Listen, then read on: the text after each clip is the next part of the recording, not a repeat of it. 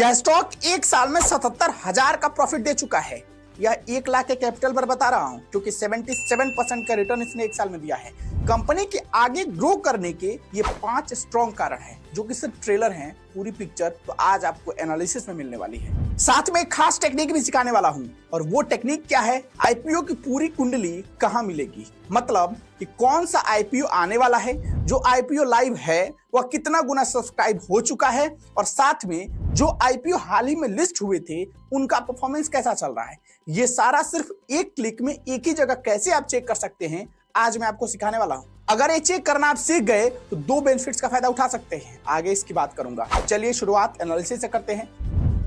Company का नाम है गुजरात पीपावाव पोर्ट लिमिटेड, और काम पोर्ट पर कंटेनर मैनेज करना। यह कंपनी पोर्ट के जरिए इंडिया को यूरोप, यूएस, अफ्रीका और मिडिल ईस्ट से कनेक्ट करने का काम करती है। यह कंपनी एपी मोलर ग्रुप के अंदर आती है, जो एक विदेशी कंपनी है, यानी यह कंपनी ओवरऑल एक मल्टीनेशनल कंपनी है। सरकारी वेबसाइट इन्वेस्ट इंडिया की रिपोर्ट कहती है कि 2023 के ग्लोबल समिट में भारत के पोर्ट सेक्टर के ग्रोथ के लिए 10 लाख करोड़ के इन्वेस्टमेंट की बात हुई थी।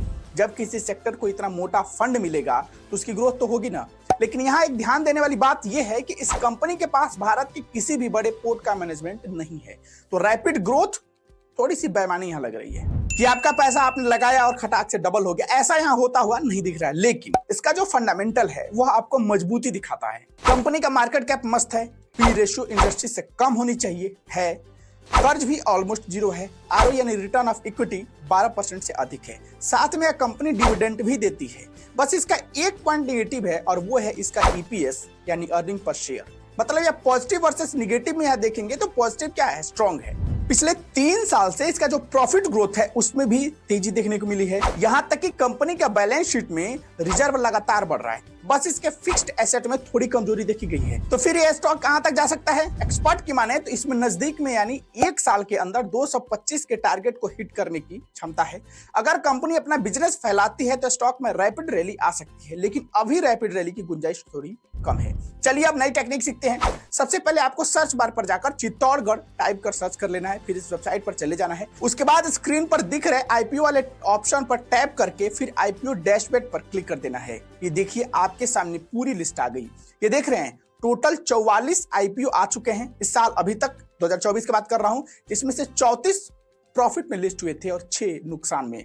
नीचे स्क्रॉल करेंगे तो आपको आईपीओ जो लाइव अभी चल रहे हैं करंट में, जिसमें आप पैसा लगा सकते हैं, उसकी पूरी डिटेल यहां दिख जाएगी। ये देखिए यूनिकॉमर्स, जिसका आईपीओ 6 से 8 अगस्त तक चलने वाला है। ऐसे ही बाकी ओला और दूसरे कंपनियों के भी आईपीओ हैं। आप थोड़ा नीचे और बढ़ेंगे तो अप्लाई करने का ऑप्शन भी यहां से मिल जाएगा, लेकिन यहां से अप्लाई करने से बेहतर है कि आप जो ऑलरेडी ऐप यूज कर रहे हैं शेयर खरीदने बेचने के लिए, उसी के जरिए आप आईपीओ खरीदिए तो ज्यादा बेहतर रहेगा। थोड़ा और नीचे जाएंगे तो आपको यह पता चलेगा कि जो आईपीओ अभी लाइव हैं उसका सब्सक्रिप्शन कितना गुना हो चुका है। ध्यान रहे, जितना गुना अधिक सब्सक्रिप्शन होता है उसके अधिक प्रीमियम पर लिस्ट होने की संभावना होती है, यानी 10 गुना, 15 गुना, 5 गुना, 4 गुना, मतलब ज्यादा सब्सक्रिप्शन होना चाहिए। यह बताता है कि उस स्टॉक में लोगों की दिलचस्पी ज्यादा है, तो उसके जब लिस्ट होता है तो वो जो तय किया गया प्रीमियम है उससे वो ज्यादा पर लिस्ट होता है। थोड़ा और नीचे जाएंगे तो उन आईपीओ की लिस्ट भी मिल जाएगी जो हाल में लिस्ट हुए हैं, और उनकी कीमत अभी कितनी है यह भी यहां से ट्रैक कर सकते हैं।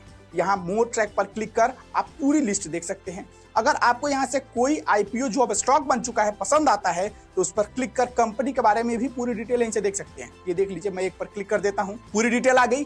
किसने कितना पैसा लगाया है, कब लिस्ट हुआ था, और इसने लिस्ट होने पर क्या कमाल किया, क्या नहीं किया, सारा यहां से दिख गया। है ना कमाल की टेक्निक। मैं खुद भी जब मुझे आईपीओ के बारे में जानना होता है तो मैं इसी वेबसाइट का यूज करता हूं। बहुत बेहतरीन वेबसाइट है। बाकी आप इसे सेव कर लीजिए, जब आपको आईपीओ से रिलेटेड कोई भी डिटेल निकालनी हो तो यहां से जाकर आप एक एक करके डिटेल निकाल सकते हैं। तो आज के लिए इतना ही, मुझे इजाजत दीजिए।